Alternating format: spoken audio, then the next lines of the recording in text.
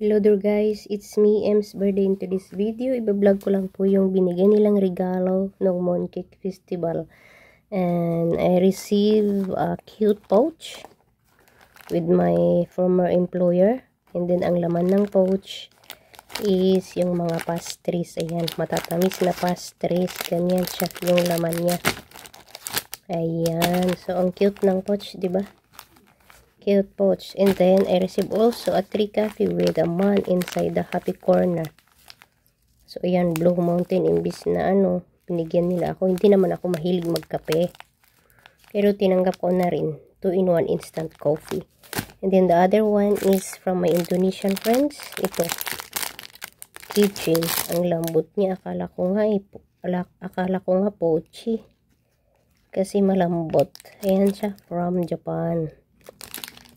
And then ito yung 1,000 na to I received from Shifu, yung Buddhist na nakatira dito sa bahay ng aking amo. Nagbakasyon dito from America at binigyan niya ako ng 1,000.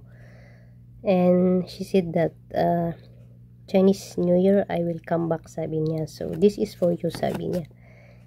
Nagpasalamat sa pag-aalaga ko kay Lola. And then this one, 2 box of chocolate. This is dark chocolate. Binigay ng amo kong lalaki.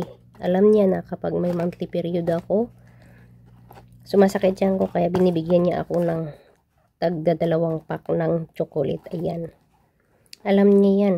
So ito ang mga regalo na na-receive ko no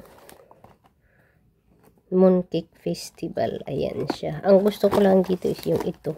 Maganda yung cute yung pouch na bag. Pwede kong lagyan ng barya. Oh. Kung malaki lang to, ilagay ko yung sipi ko. Ay kaso nga lang maliit eh. Ang ganda nung paggagawa. So ayan lang guys. And again, thank you so much for the blessings that I received. And shout out to all of you there guys, especially those who still watching my videos. Even my videos is not what you expect na maganda, pero andyan pa rin kayo na nanonood. So again, have a good time and God bless. Bye bye. Hugs to all.